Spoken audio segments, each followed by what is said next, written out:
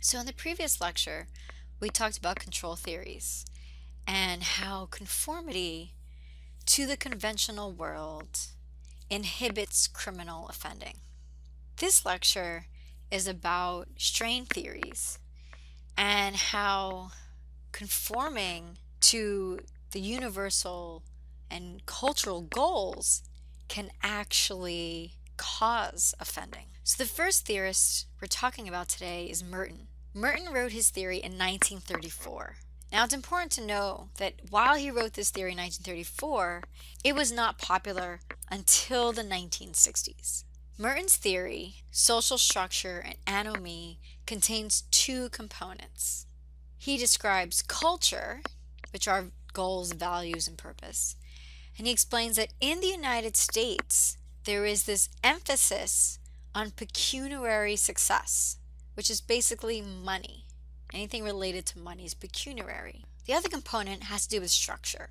Structure defines, regulates, and controls our ability to achieve the cultural goal.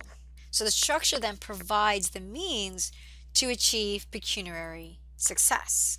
Merton describes how societies that fail to adequately regulate goal-seeking behavior are anomic. They suffer from anomie or normlessness. Do you remember from where Merton potentially borrowed that term? You should know that, so go look that up. So then Merton explains that criminal behavior is the product of this cultural goal, right, pecuniary success, that cannot be achieved because individuals are bounded by their social structure that determines the means for them to achieve that success. And the likelihood of achieving success will depend on an individual's location in that social structure. So Merton explains that when individuals cannot achieve the goals given the social structure under which they live, they will experience some sort of strain. Now, I'm just going to tell you this, but Merton really disliked his theory was called the strain theory. Nonetheless, that's what the theory is called. Okay, so when individuals experience strain, they engage in a variety of modes of adaptation to cope with those strains. In your textbook, you can see this on page 181. So individuals who accept those cultural goals and essentially have the means to achieve them are considered conformists. Merton describes how this is the most common mode of adaptation. Without conformists, society couldn't be maintained. Any individual who's law-abiding and engages in hard work, education, gets a good job, those are conformists. Then you have the innovators. These individuals accept the goals but reject the means. So it's almost as though they don't have the means, right?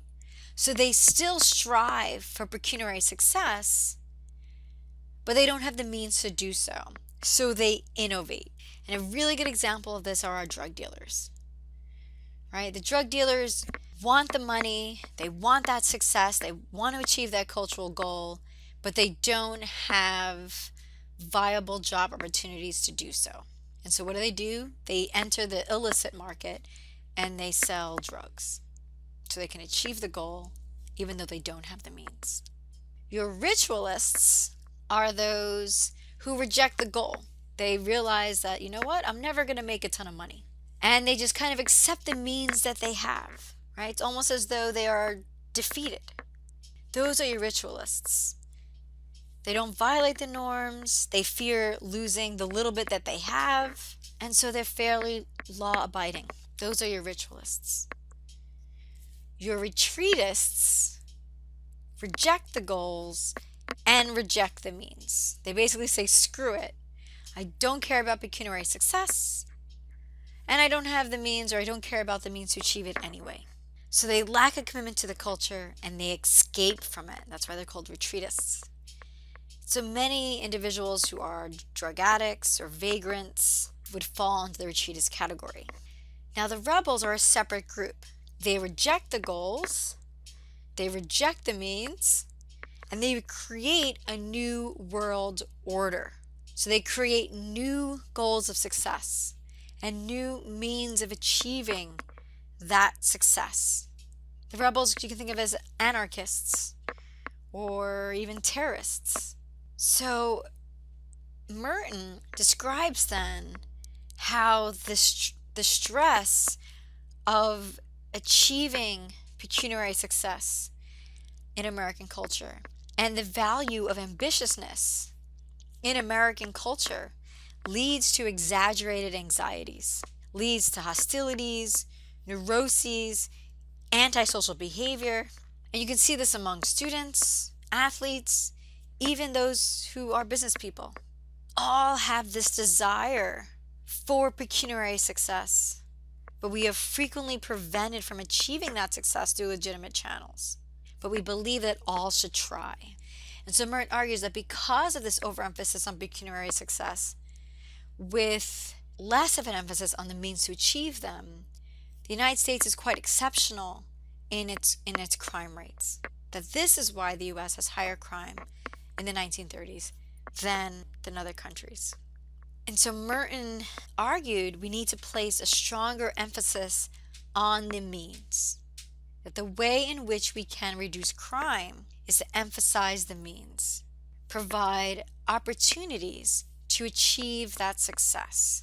Interestingly enough, he did not argue that we should change the goal, that perhaps the goal shouldn't be money. So that's Merton.